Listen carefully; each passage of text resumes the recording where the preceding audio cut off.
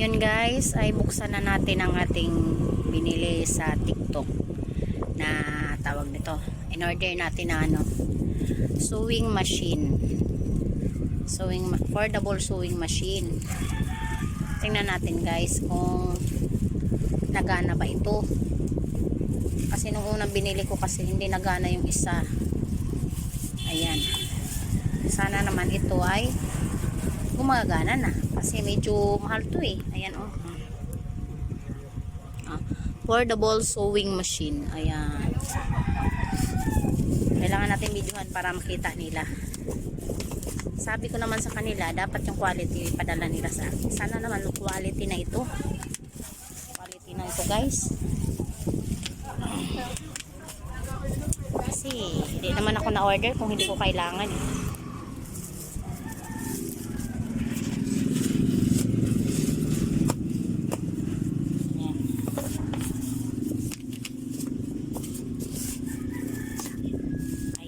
Ayan siya guys oh. Maganda naman siya guys. Sana nga gumagana na to para makapanahi na ako. Oh. Ayan. Foldable sewing machine.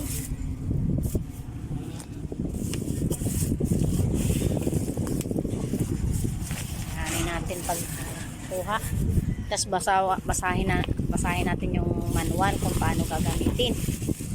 Ayan. Ay, sana naman. Okay ito. Panda. Higa ka lang dyan, panda. Nasaan na? Ayun. Ayun. Ayun. Ayan. Foldable sewing machine. Ayan. Thank you, Lord. Ay, siya. Kita kaya tayo dito. Ayan.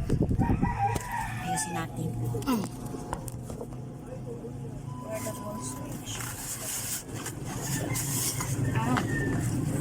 Dito na lahat. Ayan. Ito na yun guys. Okay.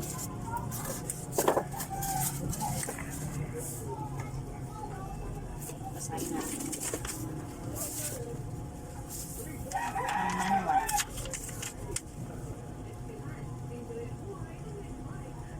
Please do not rush everything. Be sure under the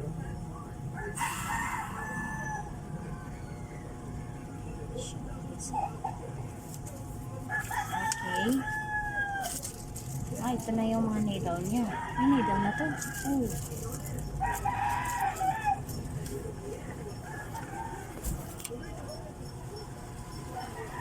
Ito yung saksakan. Ito yung apakan. Ito guys. Ito naman yung hindi. For the bottom. May iksi naman. Kailangan may extension pa dito. Kasi kung hindi, paano kaya natin gagamitin ito?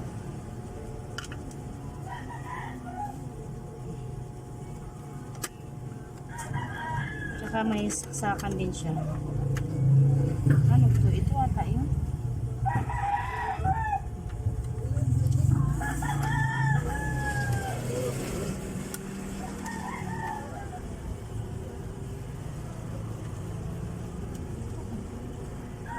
Saan nga ba ito isaksak guys?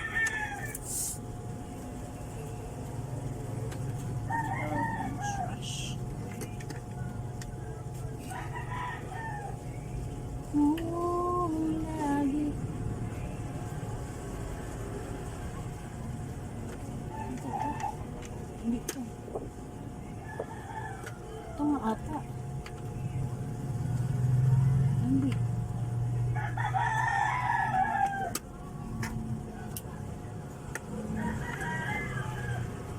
Ayan. Tingnan natin sa TikTok guys. Bago natin tingnan. Baka mamaya magkamali tayo.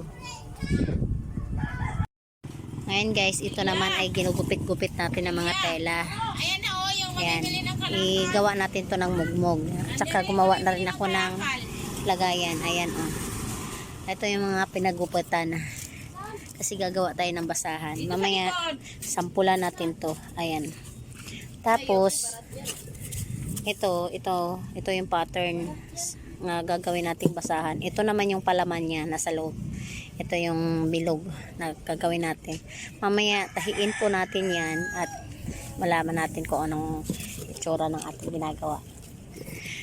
Ito mga ito yung mga damit na to na hindi nagagamit. Ay, yan. Ito yung gawin nating sa ilalim, kumbaga, para gupit-gupitin natin to para gawin natin palaman dun sa natin, basahan. Ayan.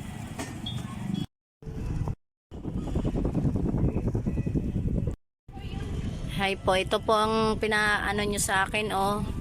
Umandar lang siya saglit. Tapos hindi na siya gumagana. Ayan, tingnan mo, nakasaksak naman siya. Tapos pag pinapagana ko siya, tingnan nyo. Hindi na siya gumagana. Ano nangyari dyan? Sabi ko nga sa inyo, quality ipadala nyo sa akin. Tapos yan lang pala ipadala nyo sa akin. So wala din. Ano ko rin ito gagamitin? Nakadalawang order na ako sa inyo. Tapos hindi naman pala yung nagana. Kahit anong gagawin ko dyan. Hindi na siya nagana. Paano ko yan paandarin? Sige, explain nyo po yan sa akin kung paano ko yan gagawin. Kaya excited na sana akong manahi. Wala. Pinakitaan lang ako. Ganyan lang natapos. Tapos ayaw na umandar. Ano ba yan? Wala na. Ayaw. Wala talaga. Gumagalaw-galaw lang siya dito na side. Tapos hindi na.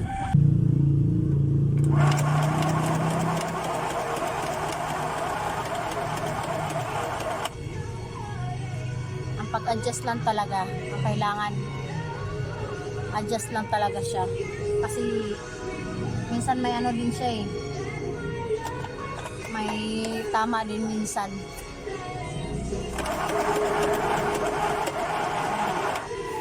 Napuputol lang naman yung sinulid. Napuputol yung sinulid niya. Kailangan mo siyang i-adjust. Kasi nagninis-nis siya eh. Parang mahigpit ata ang pagkalagay sa ilalim. So kahit pa paano na-under naman siya guys. Sa na-under naman na. Hindi kagaya nung nakaraan talagang hindi ko siya mapa-under. Kasi mali-mali yung setup ko sa sinulid. Hindi siya umaandar. Kaya sabi ng nito na i-try ko daw ulit bago ko ibalik. Kaya sinubukan ko, parang pwede lang talaga siya pang kortina. Hindi siya pwede pang basahan kasi mabilis siyang bumabalik ko yung sinulid niya. Kaya ganun. Pero naandar na talaga siya. May mga pinapasukan tayong laban dahil kailangan kailangan i-down siya dali. Tapos saka siya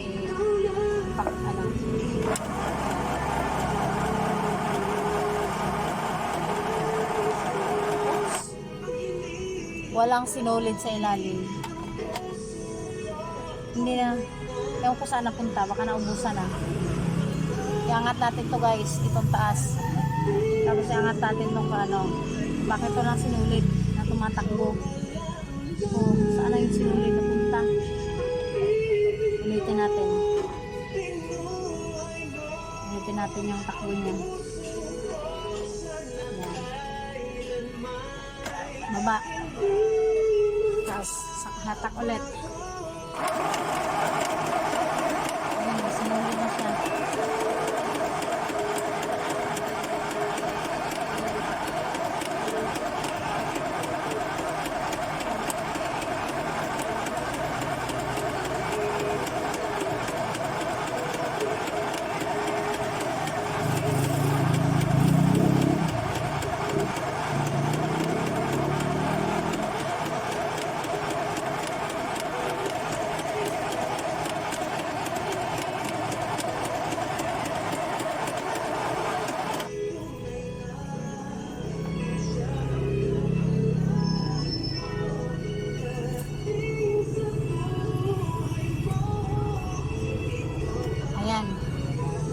tingnan na natin guys kung maganda yung ano niya.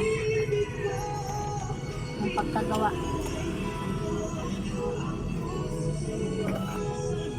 Ayan. Ito na siya guys, oh.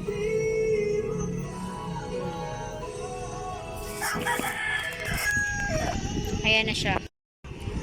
Ito na yung tahi niya guys, oh, sa basahan. Kaso napakanipis niya.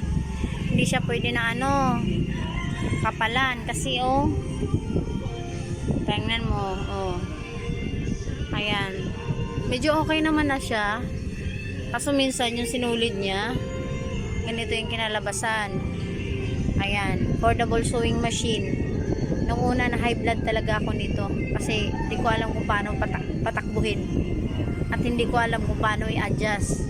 Kailangan marunong ka rin pala mag-adjust dito. Ayan, bago mo siya mapatakbo. Pag hindi ka talaga marunong mag-adjust, wala. Nahinto talaga siya at hindi siya tumatakbo. Ewan kung bakit. Pero siguro ako talaga may problema kasi di ako marunong kung paano siya i-adjust. Kailangan talaga i-adjust mo siya ng maayos. Ayan, katahin ako ng basahan guys, pero napakanipis. Oh, nipis siya.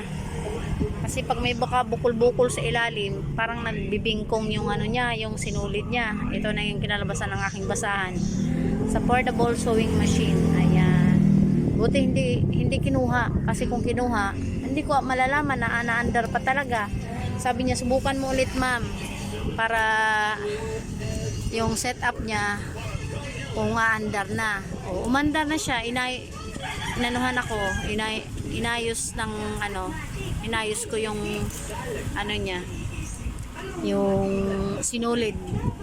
Tsaka in-adjust ko. Kailangan marunong ka magkulikot-kulikot. Pag hindi ka marunong magkulikot-kulikot, hindi mo talaga siya mapa-under guys.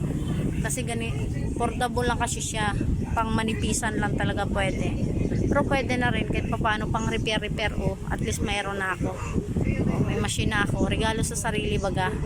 Ayan, pamasko pa yan ng aking mister yung pang pinambili nito. Wow.